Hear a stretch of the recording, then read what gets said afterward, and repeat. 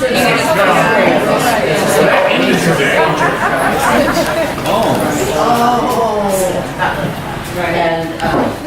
is. Hi. Thank you so much for having me. It's really fun to get to come up to speak with everybody. I love doing readings. I'm going to read 2 short sections from a couple of different things because I stay very busy. So first I'm going to read from a short story in the GENRENAUTS universe. This is called The Unlikely Turncoat. It will give you a taste of what you can expect from GENRENAUTS, which is about a group of story experts that travel to parallel dimensions. And each dimension is the home of a narrative genre. So there's a dimension of westerns, sci-fi, romance, and in this one, Cold War spy stories. And then I'm going to read the prologue of the first episode of Born to Blade, which Lawrence talked about. So this is The Unlikely Turncoat. Copenhagen's weather was unpredictable and quick to change, 2 things that most spies hated. But Shirin Tirani was not most spies. She wasn't really a spy at all. But here, in this story world, she played the part as best as she could. After a day and a half on a boat, she was ready to get her feet on dry land again. All she had to keep her company was a small dossier, her reference texts brought from HQ, and her anger. Betrayal was the language of the long Cold War, the story region she was visiting. But there was betrayal, and then there was betrayal. Most of the time, you had a low-level operator with ideological vulnerabilities, a recent divorcee with expensive tastes and a need to feel special again, or a deep cover agent away from home for too long. Those are who you expected to turn, to flip between the USA and their allies and those of the USSR. But this time, betrayal had come from the very top. Rupert Amos, head of MI6, the old warhorse himself, turning his coat for the Soviets. In exchange for what? The censors back at GENRENAUTS HQ had registered this as a massive breach. So Shirin hopped to, speed reading the briefing before making the crossing. She secured their ship in the vacant warehouse and stepped out into the London streets, back in the timeless world eternally stuck hazily between the 60s and the 80s, the height of the Cold War. Her instincts guided her straight toward the nondescript office building which housed Her Majesty's secret intelligenceers. It was still smoldering. None of that prepared her for the site itself, for the list of fatalities she got from Gertrude from her hospital bed. Amos's secretary had been out on an early lunch to get pastries for the team. So instead of being inside with the explosives, she'd caught debris from the street. Copenhagen, she'd said. Amos had been there 3 times in the past 2 years, developing mutual contacts. That one thread was enough to get her onto a chartered boat through the North Sea and around to the Danish port city, a halfway point between the warring superpowers. She'd been there with Amos before, years past. Every part of this execution made sense except for Amos. The man might as well have been swaddled in the Union Jack. World War II veteran, old money, old guard, connections in the nobility.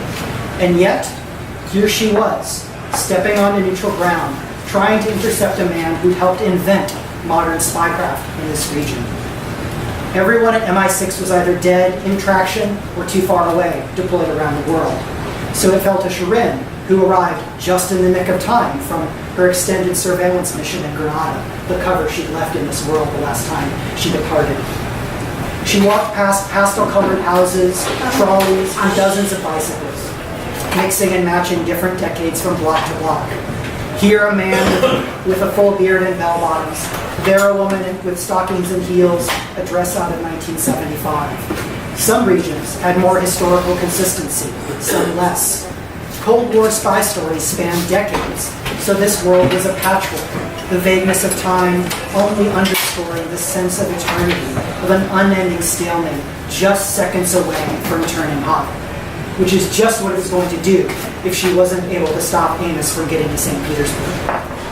And luckily, she wouldn't be the only person in town who wanted to keep the Cold War from blowing up. First, she stopped into a coffee shop to break up some bills and top off her coffee. She'd been awake since 5 or so, the rolling of the boat upsetting her stomach. Then, coffee and cash in hand, she found a phone booth, relishing the regions that still had them. compared to the all-cellular, all-the-time modern story worlds. She flashed back to the Iran of her childhood, standing on a friend's shoulders to place crank calls to her house. Holding her dossier open, she dialed a number, waiting 3 rings. A bored woman's voice picked up, greeting her in Danish. Shireen's Danish was rusty, but good enough to recognize the passphrase. She spoke the counter signal and the woman asked her to hold. Shireen casually scanned the street, eyes flitting open to open windows and rooftops, checking for tails. No one should know to expect her, but the KGB might be expecting someone to pick up Amos's trail. An Iranian woman of 50-something years, she stood out here as much as any foreigner. But age also granted a measure of invisibility, especially when she could wear a heavy-coated scarf, shield her face from the wind with a hat. "Hello?" said a new voice, familiar, excited. "Hello, Axel. Did you miss me?" She answered in English. A beat. "Shireen? What are you doing in my neck of the woods?" "Same as ever, taking in the sights and meeting interesting people. You wouldn't happen to be free to show me around?" she asked, delving into spy canter, phrases with double and triple meanings. She was on the hunt for someone, looking for information. "I can always spare time for an old friend. Coffee? The place near the cobbler?" she asked. "Just what I was thinking. See you soon." And the line clicked off. She waited another moment, scanning the street once more, then hung up and quit the phone booth. Every genre had its dangers, some physical, some social. This region was both, often at the same time and from a direction you never expected. She'd been working the spy genre beat for a long time now, and coming back felt like slipping into a familiar coat and yet stepping out into the brisk chill of late autumn. The cold bit, and there was the promise of nastier weather around the corner, but it came with thrill, with exhilaration. The newspaper boy on the corner, the woman with a baby carriage, a child concealed in blankets, or something else. The 2 men smoking in an alleyway, a door to a kitchen open between them. Anyone and everyone could be working for the enemy. Being here helped her feel alive, but it was also exhausting. There was a lot to be said for the straightforward dangers of heroic fantasy world, or the abstract risks of censure and ruin in romance. Focus on the task at hand, she told herself. She slid through the crowds once more, folding her presence in to disappear, to make herself a non-entity, just another silhouette, no one of note. She'd started early in tradecraft, learning from her parents. The malleability of identity was a refuge for her in her late teens. She'd known who she really was even before she started spy work, even if she hadn't been ready to tell the world. The joy she felt the first time she dressed as a woman, not the boy she'd been raised as. It was so intense, she'd nearly forgotten the mission. Her trainers had seen Shireen's embrace of femininity as just another part of learning the trade, a specialty to exploit. It wasn't. On those missions, she was the most real, the most honest, the most herself she'd ever been. The spying just provided the opportunity. And when the revolution came, and the new regime declared girls like her persona non grata, those skills helped her escape and find a new life as herself. Helped her become a genre, brought her back into spycraft itself. So I'm going to stop there. Again, that is The Unlikely Turncoat, and that's going to be in Path No Fury, an anthology of kind of awesome women of all sorts. I wanted to kind of focus on a female lead who wasn't just a fighter type, because it's cool to show all the different ways that women heroes can be awesome. And now I'm going to read from the prologue of Born to the Blade, Episode 1, Arrivals. Folks who were at the Philadelphia Science Fiction Society heard me read this a couple months ago, so hopefully they will not spoil it for you. It's just a little bit here. So the setup with Born to the Blade, this is a fantasy world of a ton of islands that all float miles above an infinite mist that's filled with monsters, so nobody goes there. What they do, however, to travel between these islands is they take airstone, this special magical ore, and they strap it to the underside of their ships, and then they use magic to lift these ships, repel the mists, and fly across to the different islands. The other thing you'll need to know is that magic in this setting is done by drawing edged steel through the air to make special sigils, and it's like its own language. So you combine several different sigils to get the effect that you want. But because it's with swordplay, somebody can walk up, knock your sword across, and just clock you upside the head, and your spell goes nowhere. So I've got a martial arts background. It's super fun to get to write swordplay and magic, and the series takes those elements and then brings them into a kind of diplomatic epic fantasy structure. And we begin on a small island off the side of Kakute, a country which was, just in the last couple of generations, colonized by the Empire of Antique. Prologue. Rain cut through the forest like cannon fire. The sound was terrifying, but it provided invaluable cover as Eriko stalked toward the castle. Reduced visibility muted the sound of her steps. It was a gift from the ancestors, a sign of their approval. Eriko spotted the first guard relieving himself off the side of the island, the open sky plunging down hundreds of feet to the mists below. Her blade flashed, speckled by the downpour. He never had the chance to scream. She pushed the guard's body off the side, watched it swallowed by the mists, never to be seen again. Clad in the guard's armor and cloak, she continued. The next guards were better prepared, standing back to back atop a hill along the path to the castle. Eriko hid behind a tree and traced the sigil chameleon's cloak. Silver light followed the path of her sword, snapping into place as she completed the form. The rare purple of her Mertican soldier's cloak faded into greens and browns. Eriko stalked after the fourth guard, walking the road leading to the castle. The soldier sang in a rich, full voice, some Mertican drivel about a bird flying home through a storm. This woman might not be a killer, might be a fellow Kakutin conscript, but Eriko had made her choice. Just inside the woods, barely out of sight, Eriko caught the songbird, duplicating the young soldier's voice. She stepped out and turned the corner to see Vigilance Castle. Their island floated 200 feet higher than Kakute, just a quarter mile of open sky between the two. It was a perfect perch from which to protect the nation's western edge, and a perfect place for prisoners the Mertican Empire wished to keep well out of the way. Eriko stood at the gates and shouted the words, "Lilac Lance," in the young soldier's voice. Her colleagues had gleaned a passphrase and guard rotation from the drunken private they kidnapped the week before. The Merticans opened the gate, and she was in. The Golden Lord of Kakute sat in his cell, tending the flame of his spirit. For 40 years, his life had been reduced to a cell not 4 yards to a side, and a hallway beyond. Guards came with food, left with waste, and that was his whole world. His last true visitor, the Empress of Mertika, had come most of a decade ago. She regaled him with how Kakute was thriving under their empire, its children adding to the might of her navy, and how soon his people's warlike ways would be nothing but a shameful memory. Her cruel smile was burned into his mind like an unending sigil. But she'd failed to break his spirit on that last visit, as she'd failed before.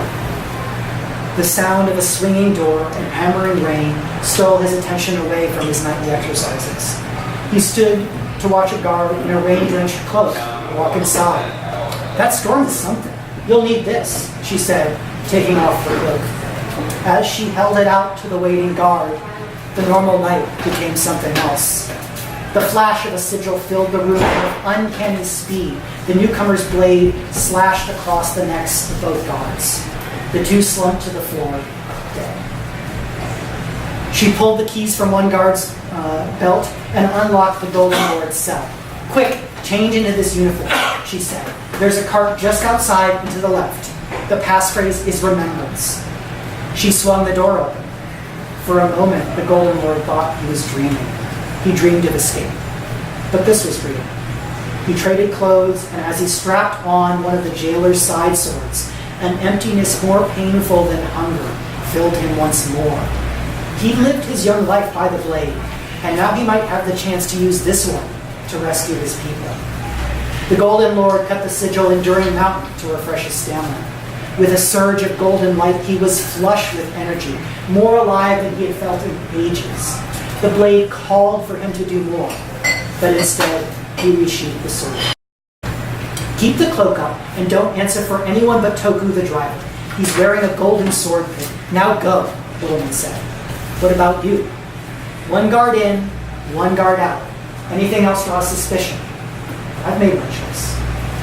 She chose to die. For him. She'd seen perhaps 20 years. Old enough to be dangerous, young enough to throw her life away for a history she'd never known.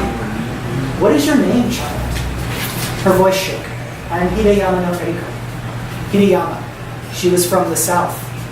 He remembered those mountains, that view. I will remember you, Eriko, he said. And then he beat his escape. It was all he could do to not break into a sprint. Hood up and head down, he was indistinguishable from the other guards, especially in this downpour. If he had the time, he'd have thrown his cloak back, let the rain wash away his captivity. But he could not afford to be sentimental now. 50 yards into the woods, he saw a blurred glint of moonlight on gold, the sword pin. Remembrance, he called into the stormy night. A horse stirred. A man, his age, maybe 65 years, emerged from the brush to wave him over to a hidden cart. They came for her quickly. Bad luck, poor timing. The reason didn't matter. The first two, she caught by surprise. Then two more. One caught her across the arm before she ran him through. Minutes later, 4 came at once. They could not be allowed to know that the Golden Lord had escaped. He needed time. As the guards advanced, hiding behind polearms, she cut the air, forming sigils for fire, breath, and detonation. For cocktail, she said, and the world went white. The two made their way through the muddy forest and onto the road, cloaks pummeled by the rain. Toku explained the rest of the plan. There is a Kakutan ship waiting, nestled in the mantle of the island. The captain is loyal. Stay in the hold, I'll take care of everything. We can make Tuafe within a week. From there, we rally the people. The Golden Lord clapped Toku on the shoulder. I wish I could see the Empress's face when she receives news of what you've done today. You make your ancestors proud. An explosion rocked the cart. The Golden Lord looked back. A plume of unnatural fire erupted 50 feet into the air. Then, an entire corner of the castle collapsed, spreading a wave of dust. The driver nodded. For cocktail, we must hurry. That night, one martyr with a blade and one driver with a horse-drawn cart changed the course of history. Together, they cast a stone whose ripples would spread across the skies and touch all of the nations that lived above the mists.